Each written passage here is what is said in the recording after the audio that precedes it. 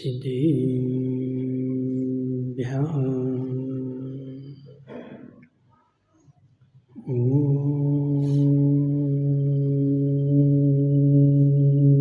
नमः।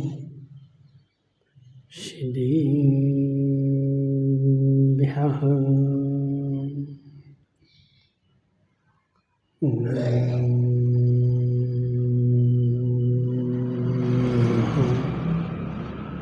सिद्धिभ्यः तज्जयति परं ज्योति समं समस्तैरनन्तपर्याये दर्पणतलिविशकला प्रतिफलति पदार्थमालिका यत्र नमो हरिहन्ताणं नमो सिद्धाणं नमो ऐरियाणं नमो अध्यायाणं नमो लोहि सव्यसाहोणं। पंच परमेष्टि भगवान के अनंत अनंत सिद्ध परमेष्टि भगवान के 1008 देवादेव पारसनाथ भगवान के 1008 देवादेश पारसनाथ भगवान के आचार्य भगवान अमृत चंद्र स्वामी के आचार्य भगवान विशुद्ध सागर जी महाराज के बोलिए परम पूज्य 148 शुद्ध सागर जी महाराज की समस्त मुनि देवता संघ की। मनीषी तीर्थंकर भगवान की दिव्य देशना श्यालवाद वाणी जयवंत हो। आचार्य भगवान अमृत चंद्र स्वामी पुरुषार्थ सिद्धि उपाय ग्रंथ में श्रावक के व्रतों का वर्णन करते हुए समझा रहे थे कि हे जीव, जो 5 प्रकार के अभक्ष हैं वह संसार वृद्धि के कारण है। जो 5 प्रकार के अभक्ष हैं वह संसार में भटकाने के कारण है। अब इन अभक्षों ने मुझे संसार में भटकाया। महावीर भाई दोगेरिया, एक और महावीर कहाँ गया आज? नहीं आया। महावीर भाई दोगेरिया, इन अभक्षों ने मुझे संसार में भटकाया। इन अभक्षों ने मुझे संसार में भटकाया या मैं इनके चक्कर में पड़ के संसार में भटका। समझना सुगन चंद जी, इन अभक्षों ने मुझे संसार में भटकाया या मैं स्वयं इनके चक्कर में पड़ के और संसार में भटका। कथन दोनों प्रकार के होंगे। कथन दोनों प्रकार के होंगे। जिस अपेक्षा से कथन कहा जाए उस अपेक्षा से बात होती है, लेकिन यहाँ हमें अपनी दृष्टि रखना भोजराज भाई, यहाँ हमें अपनी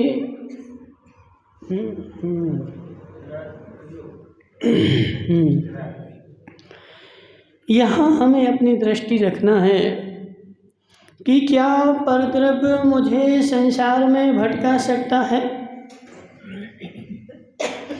परद्रव्य में ऐसी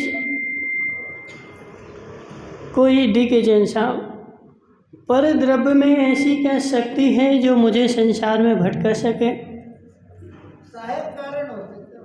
डी.के. जैन साहब,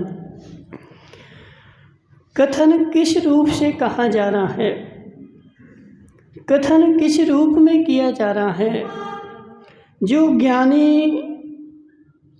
जिस रूप का कथन है, भाई थोड़ा ई को बढ़ा दो, जिस रूप का कथन है उस रूप को उसी रूप में समझ लो, तब तो सुख है। और उसको उस रूप में नहीं समझ करके अन्यथा रूप में समझ लो तो संसार की वृद्धि है। देखो जी, इससे पूछो गजराज भाई, तुम दूध तुम्हारे यहाँ भैंस है कि कोई लेके आता है? कोई लेके आता ना, क्या रेट में लेके आता है? किसको पता। अब देखो तुम्हारी देवी तो बोल रही कि हमें तो संसार असार लगने लगा, ठीक है ना, तो अब वो चली जाएगी तो फिर तुम्हें ही करना पड़ेगा ना काम काज। तो इसलिए गजराज भाई, अब तुम्हारी देवी को तो देखो गायक की सुध आ गई है, और सब गायक की सुध आएगी सुगन चंद जी, तो संसार अपने आप असार लगेगा, ठीक है ना। तो उससे तो तुम जो है बच के रहना, और आगे की व्यवस्था अपनी बना करके चलना। अब उसको गायक की सुध आ गई और संसार उसको असार लगने लगा है, अब वह कब चली जाए।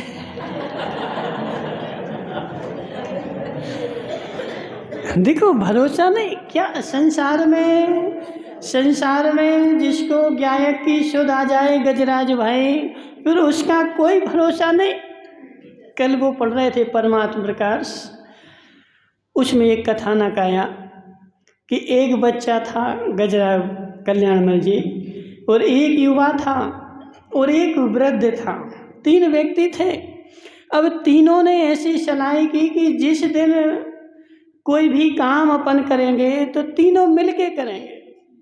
अब जो वृद्ध था, उस वृद्ध को ऐसा लगा कि मुझे तो क्या करना चाहिए, दीक्षा लेनी चाहिए।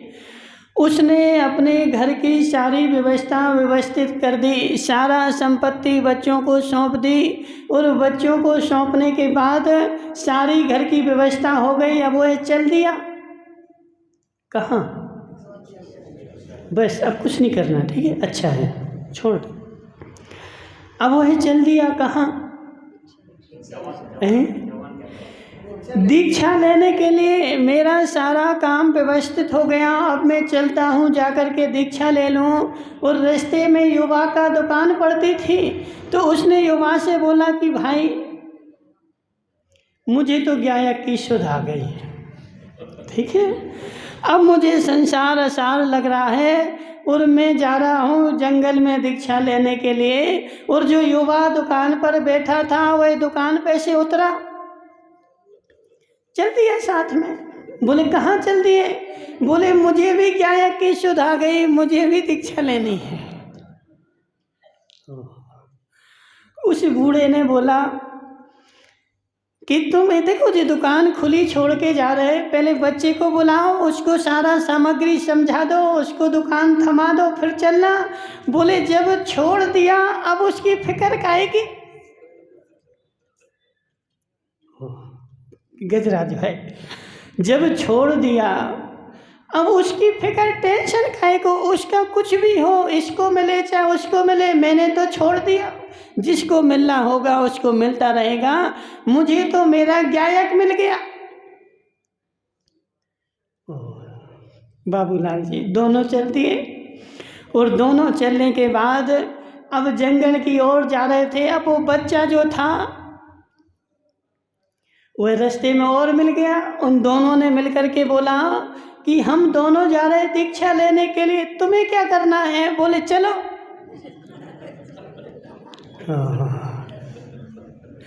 कहाँ? दीक्षा लेने के लिए। वो बच्चा छोटा सा बोला चलो हम भी तुम्हारे साथ चलते हैं।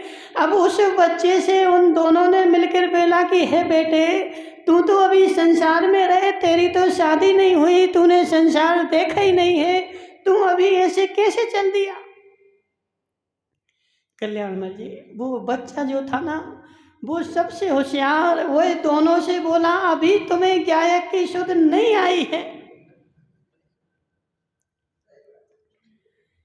डीके जैन साहब, अभी तुम्हें गायक की सुध नहीं आई है। क्यों? क्योंकि तुम मुझे उपदेश दे रहे कि पहले शादी कर लो, भोग भोग लो, फिर तुम घर से निकलना। तो हे जीव, पहले कीचड़ में नहा लो, और फिर स्नान करना।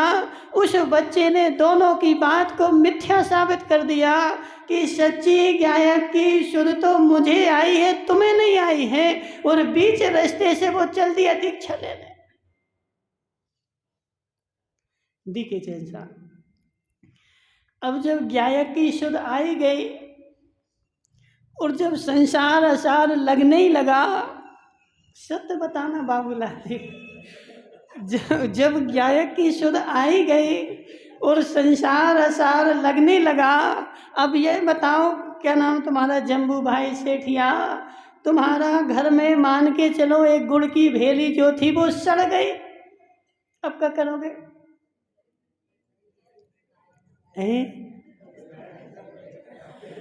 गुड़ की भेली सड़ गई, उसमें 5 किलो लटे पड़ गई, अब क्या करोगे?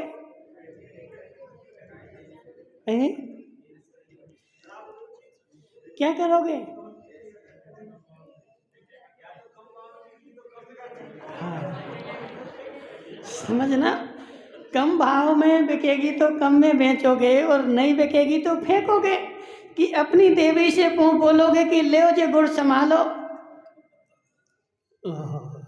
क्यों गजराज भाई, क्यों?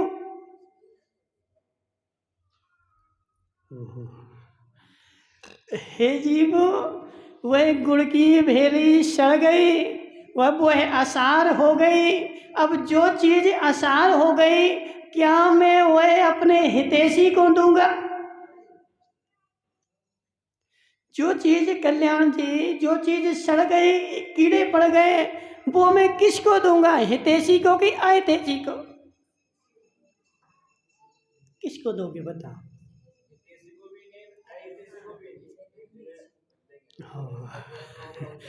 हे जीव, वह तुझे असार लगने लगी, वह सार से खराब हो गई, अब मैं वह अपने परिवार को नहीं दूंगा, वह मैं फेंक दूंगा।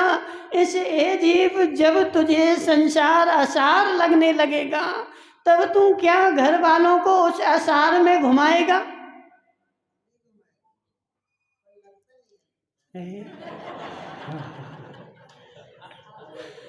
देखिए, सत्य बताओ, यदि तुम्हें असार लगने लगे, तुम्हें ऐसा लगे कि घर जो है वह संसार भ्रमण का कारण है, घर जो है संसार में भटकाने का कारण है, घर जो है राग द्वेष का कारण है, तो क्या तुम अपने परिवार वालों को उसमें फंसाओगे?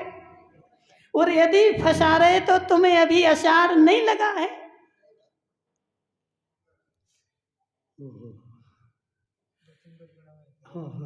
हे गजराज भाई, अब तुम देवी के भरोसे नहीं रहना, ठीक है? अब उसको तो देखो, संसार जो है अब तो उसको असार लगने लगा है।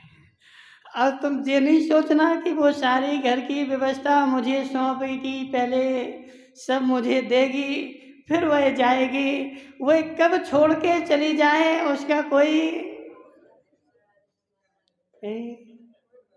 देखिए जैन साहब, देखो सत्य तो यही है, जिस क्षण गायक की सुध आ जाए, कल्याण जी, जिस क्षण गायक की सुध आ जाए, उसके अगले क्षण में आ गायक में नहीं जाऊंगा, उसी के अगले क्षण से मैं गायक को पकड़ूंगा, और जिस क्षण गायक को पकड़ूंगा उसी क्षण संसार छूट जाएगा।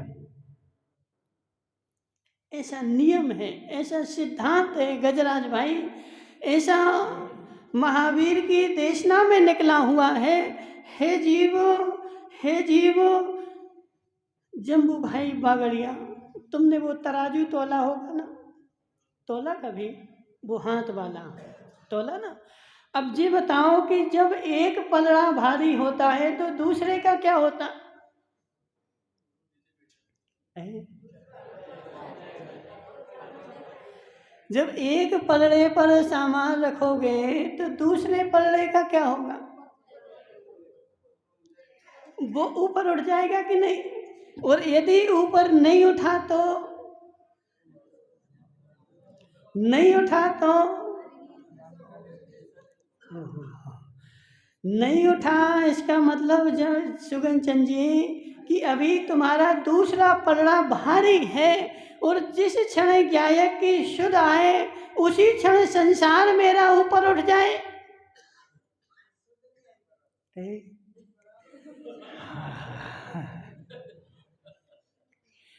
अभी बराबर शुद्ध नहीं है।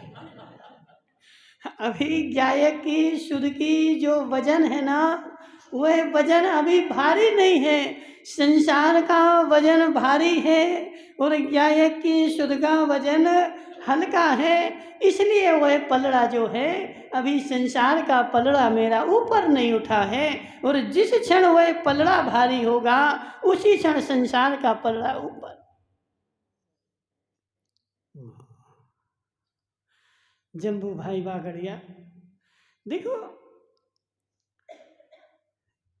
मोक्ष का मार्ग हो चाहे संसार का मार्ग हो, दोनों मार्ग स्पष्ट हैं, दोनों मार्ग खुले हुए हैं, और तुम उसको नहीं पकड़ना चाहो तो वह तुम्हारी गलती, और जो पकड़ना चाहे वो ज्ञानी और उसकी बुद्धिमत्ता। समझना विषय क्या चल रहा था गजराज भाई?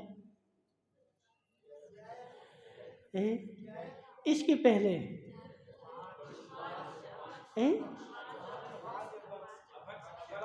अच्छा 5 अभक्ष की बात चल रही थी ना। 5 अभक्ष में गजराज जी से पूछा था, गजराज भाई तुम्हारे यहाँ दूध आता है, क्या रेट का आता है? नहीं पता है, कुछ क्यों पता है बोला? ओहो, जम्बू भाई बागड़िया क्या रेट का आता है? 40 में आता है, 50 में आता है, 60 में आता है, तो अलग अलग भैंसों में अलग अलग कीमत का निकलता है।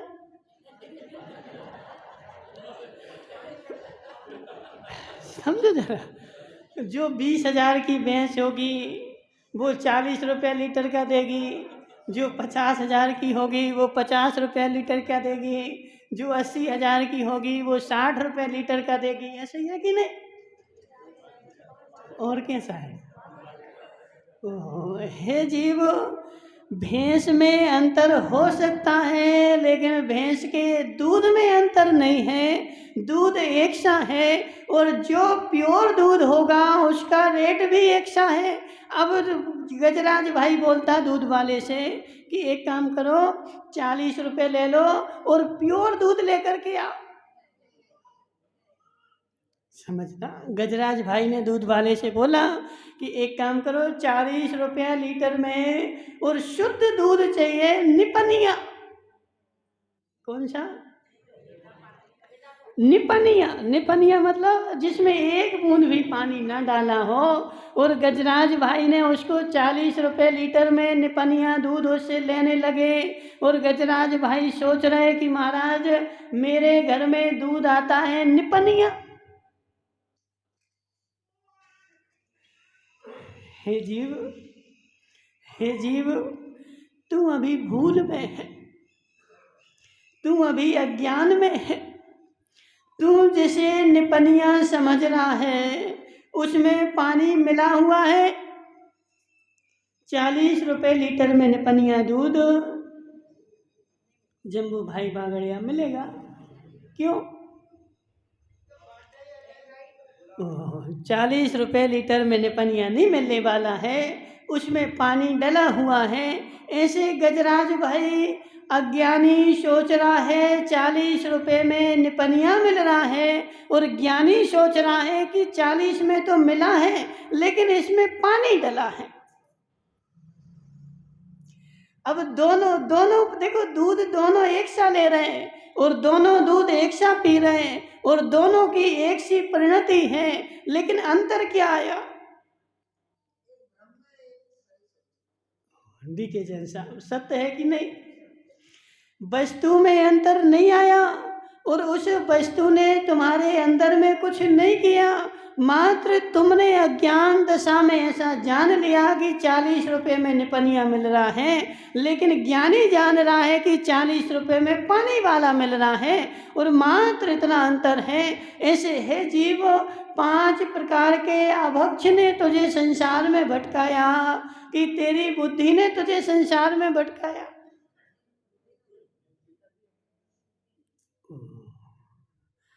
कमल भाई दोहराया, समझ में आ रहा कि नहीं आ रहा?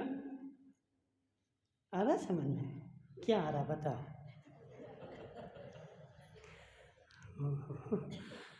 हे जीव, अपनी बुद्धि का क्षयोपशम थोड़ा बढ़ाना पड़ेगा, अपनी बुद्धि की कसरत थोड़ी बढ़ानी पड़ेगी, बुद्धि का व्यायाम थोड़ा। भोजराज भाई, तुम छिपके क्यों बैठे? यहाँ आ जाओ, देखो कल्याण के आगे, कल्याण का छूने के आ जाओ तुम तो। देखो कल्याण जी कुछ नहीं बोलेंगे। अब वो कल्याण जी देखो, तुम्हें डर, तुमसे सबको डर लगता है, क्योंकि कल्याण जी अध्यक्ष यदि आगे बैठ गए तो कछु कर नहीं दे। इसलिए भोजराज भाई तुम बिल्कुल नहीं डरो। किनको? भोजराज क्यों?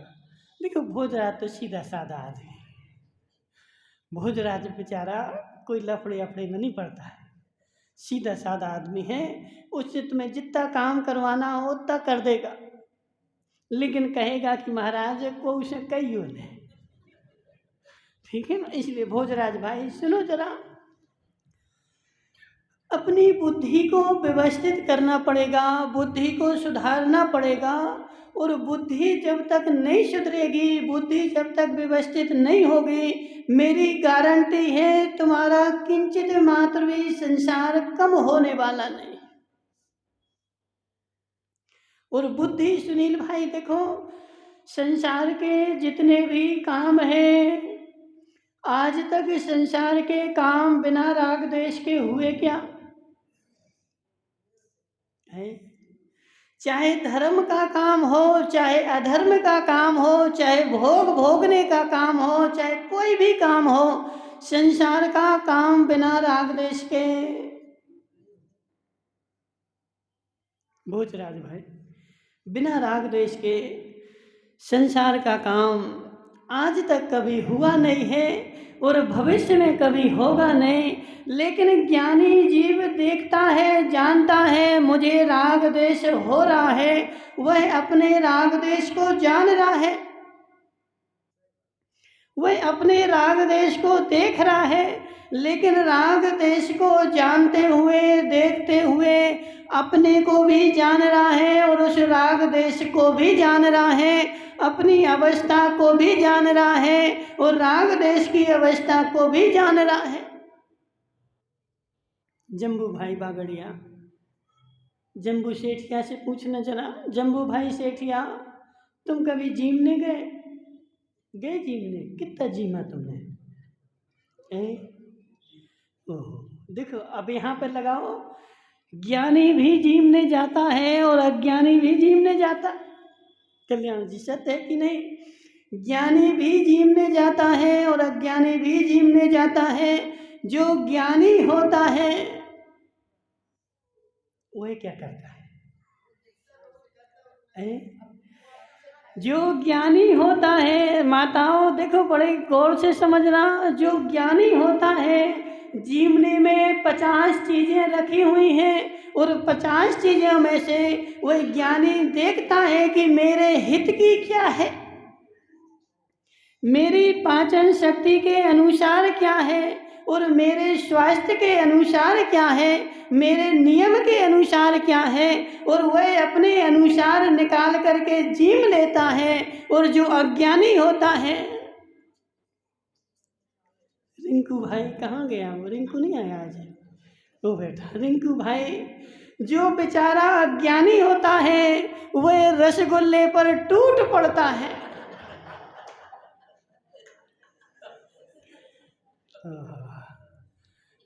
जम्बू भाई ऐसे ही है जो ज्ञानी होता है वह ज्ञान की बात निकाल लेता है, अपने योग्य वस्त्र को निकाल लेता है। और जो अज्ञानी होता है, अरे बहुत दिन में मिले रोटी तो रोज मिल जाए।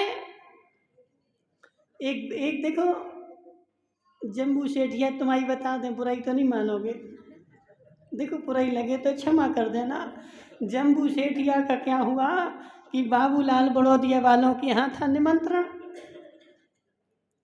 अब जम्बू बेचारे ने देखा कि अरे बाबूलाल के यहाँ निमंत्रण है, और उस गोरू से पूछ लिया क्या क्या बनेगा।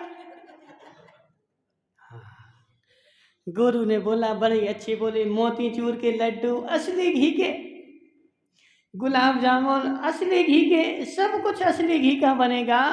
अब जम्बू भाई बेचारे ने 2 दिन पहले से भोजन करना बंद कर दिया। बोले क्यों? बोले बाबूलाल के यहाँ मोतीचूर के लड्डू बन रहे असली घी के, और अपने बेटे को भी भोजन नहीं करवाया 2 दिन तक। और उस बेटे को जो था समझा बुझा करके ले गया कि हे बेटे सुन जरा, देखो रोटी तो अपन घर में रोज खाते, तुम एक काम करना, अपन जीमने चलते हैं तो रोटी को तो छूना नहीं। क्या करना जम्बू भाई, क्या करना? रोटी नहीं खानी, क्या खाना? तो मोतीचूर के असली घी के लड्डू खाना और गुलाब जामुन खाना। अब देखो क्या रहता ना, पिता शेर तो बेटा, पिता शेर तो बेटा सवा शेर, जब सवा शेर हो तभी वह असली बेटा। और जम्बू का बेटा था ना, तो वह पिता ने जितना समझाया था उतना तो समझा, लेकिन और एक्स्ट्रा भी समझा उसने। वो बैठ गया जीमने, और जीमने जैसे बैठा तो आगे मोतीचूर के लड्डू आए, गुलाब जामुन आए, उसने 18-20 तो पहले खाए। और बगल में जम्बू बैठा था, तो जम्बू भी बेचारा खूब जीम रहा, मोतीचूर के लड्डू। और पानी आया तो बोले पानी नहीं चाहिए। क्यों? अब बोले पानी तो हम कहीं भी पी लेंगे, कहीं रोड पे नल लगा है वहां पी लेंगे, जी मोतीचूर के लड्डू थोड़ी रोड पे मिलेंगे। अच्छे उसने 10-20 लड्डू खाए, और 10-20 लड्डू खाए, इसने भी खाए और बेटे ने भी खाए, दोनों ने खाए ना। अब इसको खूब हिचकी आने लगी, लेकिन पानी नहीं पी रहा। बोले क्यों? बोले पानी तो मैं रोड पे जाके पी लूंगा ना। और जबरदस्ती ठूस रहा है, लेकिन बेटे ने 1 गिलास पानी पी लिया।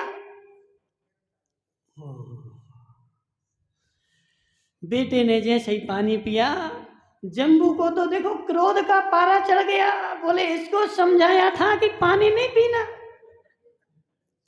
पानी तो घर पे आके पी लेंगे, यहाँ लड्डू लड्डू खाना। लेकिन बेटा इससे ज्यादा होशियार, बेचारा जे हिचकी ले रहा, उसने 1 लोटा पानी पी करके और 20 लड्डू और खाए।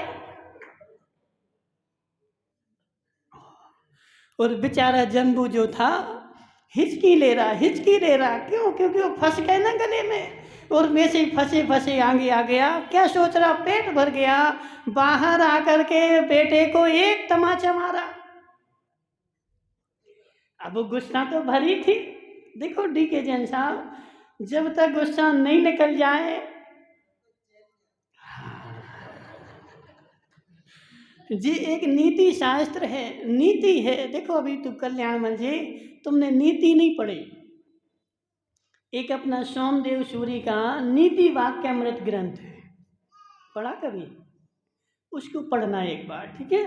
एक नीति का ग्रंथ कुरल काव्य है, कुरल काव्य है, ठीक है ना? आचार्य त्रुवल्लभाचार्य का है। किसका है? त्रुवल्लभाचार्य का कुरल काव्य है। सोमदेव श्री सूरी का नीति वाक्यामृत। चलिए गए।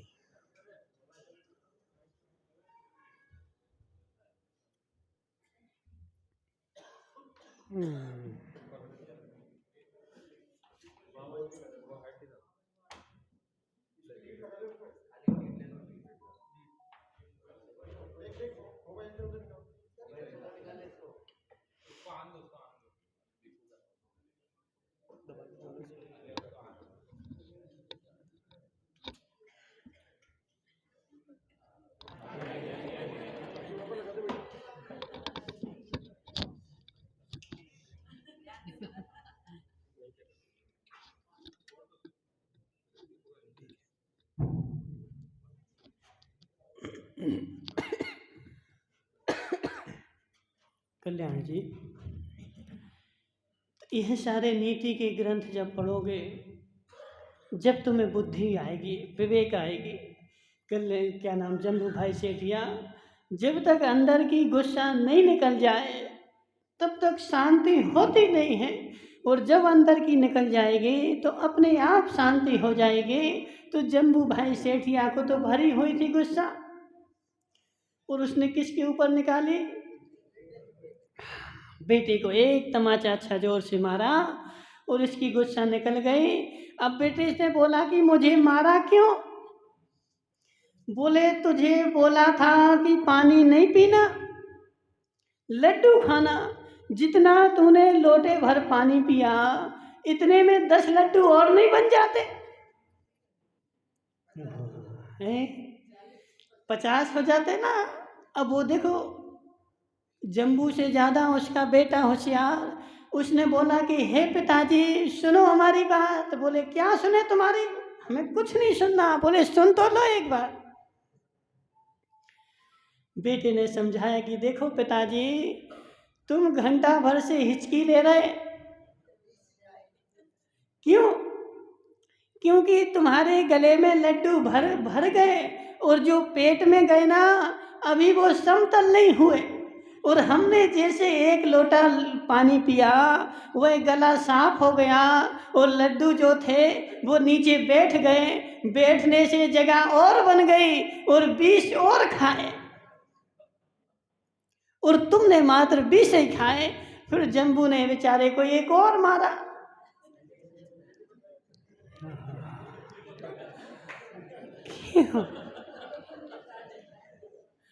जम्बू ने एक और मारा उसको। बोले पिताजी अब क्यों मारा? बोले 20 लड्डू का नुकसान हो गया है। 20 लड्डू का नुकसान हो गया। यदि तूने मुझे पहले बताया होता कि पानी पीने से 20 की जगह और बन जाएगी, तो मैं पानी पी के 20 और नहीं खा लेता। जम्बू भाई देखो, बुरा नहीं मानना, बुरा मान जाओ तो क्षमा कर देना, ठीक है। जम्बू भाई देखो, जम्बू करता नहीं है, लेकिन जम्बू की क्यों बोल दी? क्योंकि उसको बुरा नहीं लगे। दिग्विजय साहब, तो समझो जरा बात को। ज्ञानी भी जिम में जाता है और अज्ञानी भी जिम में जाता है, लेकिन ज्ञानी ज्ञान के द्वारा अपने स्वास्थ्य के योग, अपनी प्रकृति के योग, अपने नियम के योग, जो जो वस्तु होती है उसको ग्रहण कर लेता है, और जो उसके योग नहीं होती है उसको छोड़ देता है। और अज्ञानी क्या करता है? अज्ञानी क्या करता है? बोले आज तो मिले हैं, कल थोड़ी मिलेंगे। जो खूब खाता है, खूब खाता है, खूब खाता है, और जितना खाता है उससे डबल डॉक्टर को देता है। क्या नाम तुम्हारा? जम्बू शाह है। तुम नहीं ऐसा करना, ठीक है ना। फ्री का मिल गया तो जिम तो लिया, लेकिन जीमने के बाद उसने 100 का जीमा, लेकिन बीमार हो गया तो 500 डॉक्टर को लग गए। इसलिए ज्ञानी भी जीमता है और अज्ञानी भी जीमता है, ज्ञानी भी काम करता है और अज्ञानी भी काम करता है भोजराज भाई। लेकिन ज्ञानी जो होता है वह अपने राग को, अपने देश को देखता है, जानता है, और काम को भी देखता है, जानता है। उसकी कैटेगरी के अनुसार तब राग देश रहे, तब तक वह राग देश करता है, और उसकी कैटेगरी से ज़्यादा राग देश हो गया तो वह छोड़ देता है।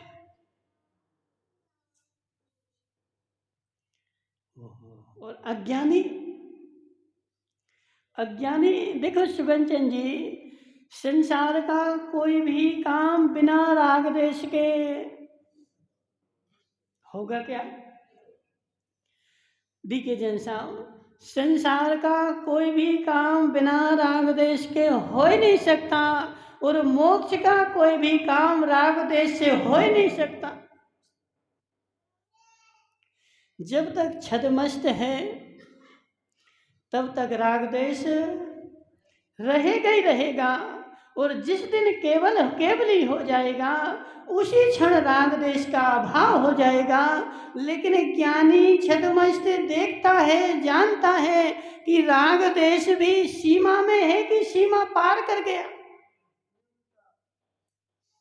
गजराज भाई, ज्ञानी देखता है, जानता है कि राग देश सीमा में है कि सीमा के पार कर गया। जब तक सीमा में होगा वह अपनी हिस्सेदारी निभाएगा, वह अपना काम करेगा। लेकिन जैसे ही राग देश सीमा के पार होगा वह उस सीमा से हट जाएगा। तुम जानो, तुम्हारा काम जाने, हम फ्री हैं, क्यों? और अज्ञानी जो होगा कल्याणमल जी, वह मरने मारने को भी तैयार हो जाएगा। डीके जैन साहब, अज्ञानी जो होगा वह मरने मारने को भी तैयार हो जाएगा, लेकिन ज्ञानी जो होगा, देखो होता ऐसे ही है। तुमने श्रेणी पुराण पढ़ा कि नहीं?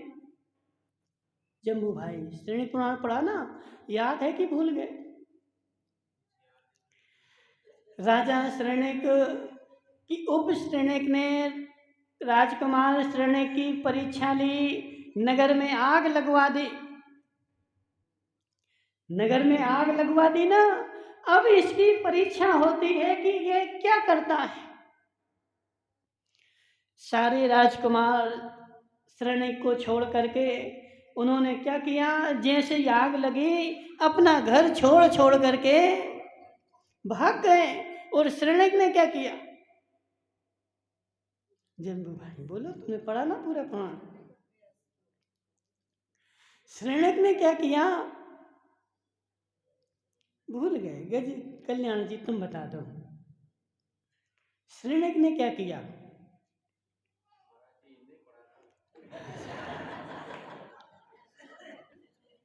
बोलो, कौन बताएगा? तुम तो थे ही नहीं उस समय, अंदाज से नहीं बताना है, पढ़ा हुआ बताना है, जो उसमें लिखा हुआ है। कौन बताएगा? गुरु भाई देखो, ऐसा पढ़ना क्या काम का कि आगे पढ़ लिया भूल गए, तो ऐसा पढ़ना कोई काम का नहीं। उसको फिर से पढ़ो, फिर से पढ़ो, जब तक पढ़ो जब तक याद ना हो जाए। गजराज भाई बोलो। उसने क्या किया? सबसे पहले उसने आग की स्थिति देखी कि अग्नि कितनी लगी हुई है और मैं बाहर निकल सकता कि नहीं। सबसे पहले उसने धन बचाना चाहा, लेकिन अग्नि बढ़ गई थी इसलिए धन नहीं बचा। फिर उसने क्या किया? अपना मुकुट और अपना सिंहासन और ले करके और अग्नि से बाहर निकल गया। मैं सारा नहीं बचा सकता, मैं सारा धन नहीं बचा सकता, अग्नि लग चुकी है। यदि धन को बचाने जाऊंगा तो अग्नि में मैं स्वयं झुलस जाऊंगा। गजराज भाई, सबसे पहले स्थिति का मुआयना करना चाहिए। मुआयना जानते ना क्या कहलाता है? परीक्षा, ठीक है ना? पहले स्थिति का मुआयना करना चाहिए। पहले स्थिति देखो, स्थिति कितनी गंभीर है और इस स्थिति में मैं सबसे अच्छा कैसे कर सकता हूँ। तो उसने स्थिति देखी कि अग्नि बढ़ रही है और अग्नि यदि एक एक मिनट भी बढ़ूंगा तो अग्नि बढ़ती जाएगी, मैं स्वयं जल जाऊंगा। इतनी स्थिति में मैं क्या कर सकता हूँ? तो उसने अपना सिंहासन और अपना मुकुट उठा करके और अग्नि से बाहर भाग गया। और सारे राजकुमार जो थे वो खाली हाथ भाग गए और वहीं पे उनकी परीक्षा हो गई। ऐसे जम्बू भाई सेठिया, ज्ञानी जीव स्थिति का मुआयना करता है, स्थिति को देखता है, विषय कितना गंभीर है, विषय कितना नॉर्मल है, इस स्थिति में क्या हो सकता है और उस स्थिति के अनुसार वो काम करता है। यदि राग देश बढ़ गया तो मेरा आत्महत्या हो जाएगी, मेरी आत्मा का घात हो जाएगा। इसलिए अपने लेवल में रह करके वह पहले स्थिति का मुआयना, और यदि पानी सर से बाहर है, स्थिति छोड़ के अलग हो जाओ। अब यदि मैं इसमें रहूँगा तो मेरे प्राण चले जाएंगे। इसलिए गजराज भाई, ज्ञानी जीव भी काम करता है और अज्ञानी भी काम करता है। ज्ञानी भी राग द्वेष करता है, अज्ञानी भी राग द्वेष करता है, लेकिन ज्ञानी जीव अपनी हद में करता है और अज्ञानी जीव जो होता है सारी हदों को पार करके, सारी सीमाओं को पार करके और उसकी चोटी तक पहुंच जाता है। दिखे जैसा सत्य बताना। तुमने पारसनाथ को तो जानते ना, पारसनाथ ने तपस्वी को समझाया कि नहीं समझाया? उसको क्या समझाया?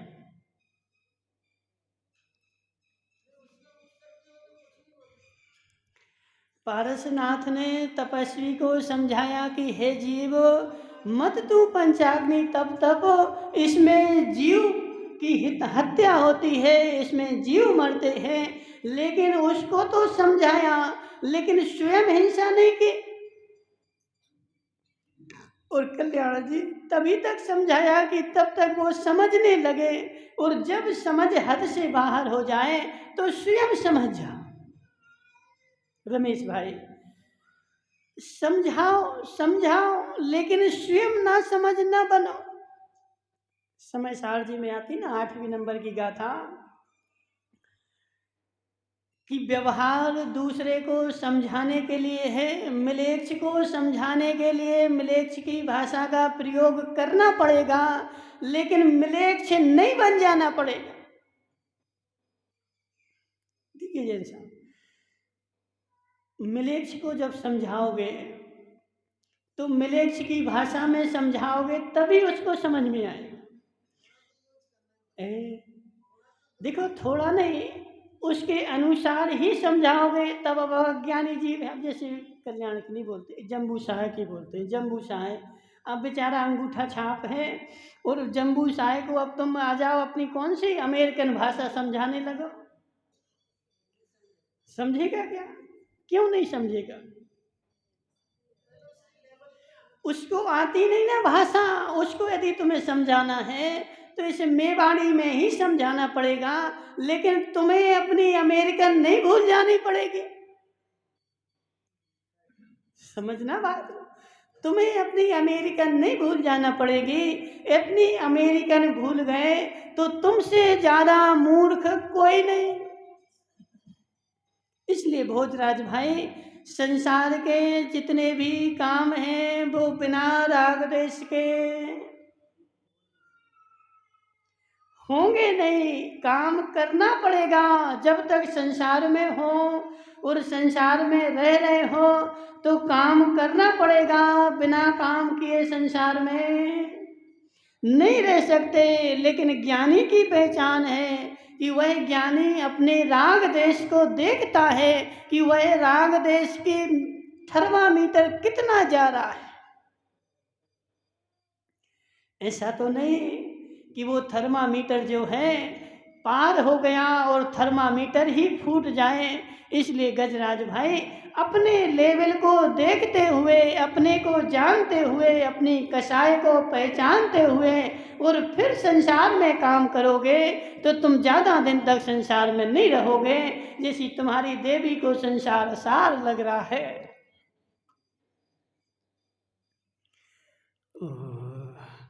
देखो बेचारी बोली महाराज संसार तो हमें आसार ही लग रहा है, अब क्या करें, संसार में रहना पड़ रहा है। अब उसको देखो संसार आसार लग रहा है, लेकिन रमेश भाई रहना पड़ रहा है। ऐसे तुम भी यदि अपनी कैटेगरी के अनुसार काम करोगे तो तुम्हें भी संसार आसार लगने लगेगा और तुम्हें रहना पड़ेगा, और एक समय आएगा कि तुम भी मोक्ष चले जाओगे।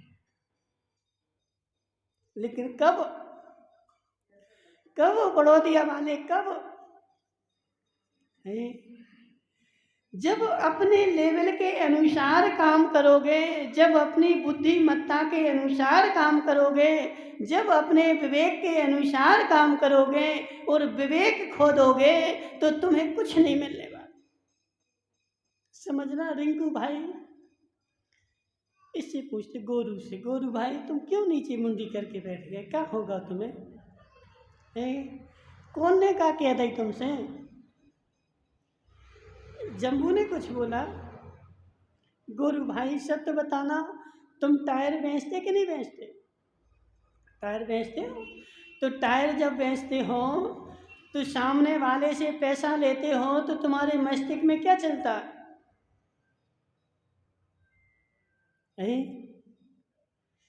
सामने वाला टायर खरीदने आया, तुमने उसको टायर दे दिया, उससे पैसे ले लिए, मस्तिष्क में क्या चलता? वह रेट का उतार चढ़ाव चलता कि नहीं? तुमने उससे बोला 20,000, उसने बोला 19,000, अब तुरंत दिमाग बोलेगा देखो 4,000 मिल रहे हमें। दिमाग में चलेगा कि नहीं? अब तुम वो बोले कि नहीं हम तो 18,000 देंगे और वो भगने लगे तो तुरंत दिमाग कहेगा कि अरे चलो 3,000 तो मिले। ग्राहक भाग तो नहीं जाए ना कम से कम।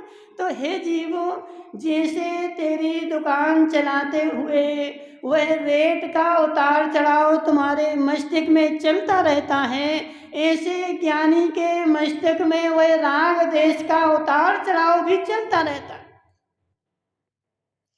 कितना राग है, कितना द्वेष है, कितना राग देश बढ़ गया, कितना राग देश घट गया, वह ज्ञानी प्रति क्षण अपने राग देश को निहारता रहता है, प्रति क्षण अपने राग देश का परीक्षण करता रहता है, और अज्ञानी जो होता है उसका पारा ऊपर चला जाता है। रमेश भाई सत्य तो यही है, क्योंकि संसार में रह करके और घर में रह करके और घर वालों के बीच में रह करके, संसारी प्राणी के बीच में रह करके राग देश तो करना ही पड़ेगा। बिना राग देश के तुम संसार में नहीं रह सकते। लेकिन वह राग देश का एक लेवल रखो, एक मात्रा रखो, एक सीमा रखो। इतनी सीमा तक मैं राग देश करूँगा और इस सीमा से जैसे ही पार हुआ मैं इसको छोड़ दूँ, मैं स्वयं उससे हट जाऊँगा, और मैं यदि हट गया तो मेरा तो कल्याण हो ही जाएगा। ठीक है बाबूलाल जी, मान के चलो तुम 10 लोग थे और कहीं जा रहे थे, बीच में नदी आ गई, और नदी में क्या हुआ कि बहाव ज़्यादा था और 10 के 10 उस नदी में उतरे कि मैं तो उस पार जाऊंगा, लेकिन बहाव ज़्यादा था, 9 तो बेचारे चले गए बीच तक। लेकिन बाबूलाल बड़ौदिया वालों ने समझा कि इस बहाव में मैं नहीं जा सकता, इसलिए बाबूलाल जी लौट करके वापस आ गए। बहाव ज़्यादा है और इस बहाव में यदि मैं जाऊंगा तो स्वयं बह जाऊंगा, इसलिए बाबूलाल जी ने अपनी बुद्धि लगाई और उस बहाव से लौट करके आ गए कि बहाव कम होगा तब निकलूंगा। और 9 बेचारे अपने अहंकार में मैं तो जाके रहूंगा, और एक लहर आई और सब बह गए। डी के जैन साहब बस ज्ञानी अज्ञानी की इतनी पहचान है। ज्ञानी जीव अपने राग देश को देखता है, जानता है और अपने लेवल में रख करके संसार में रहता है। और अज्ञानी जीव जो है वो अज्ञानी जीव देखता नहीं है, जानता नहीं है और अपने राग देश को लेवल को ऊपर ले जाता है और ऊपर जाता है और बेचारा संसार में डूब करके परिभ्रमण करने लगता है। इसलिए गजराज भाई अब तुम्हें भी संसार असार लगने लगे, नहीं लगेगा?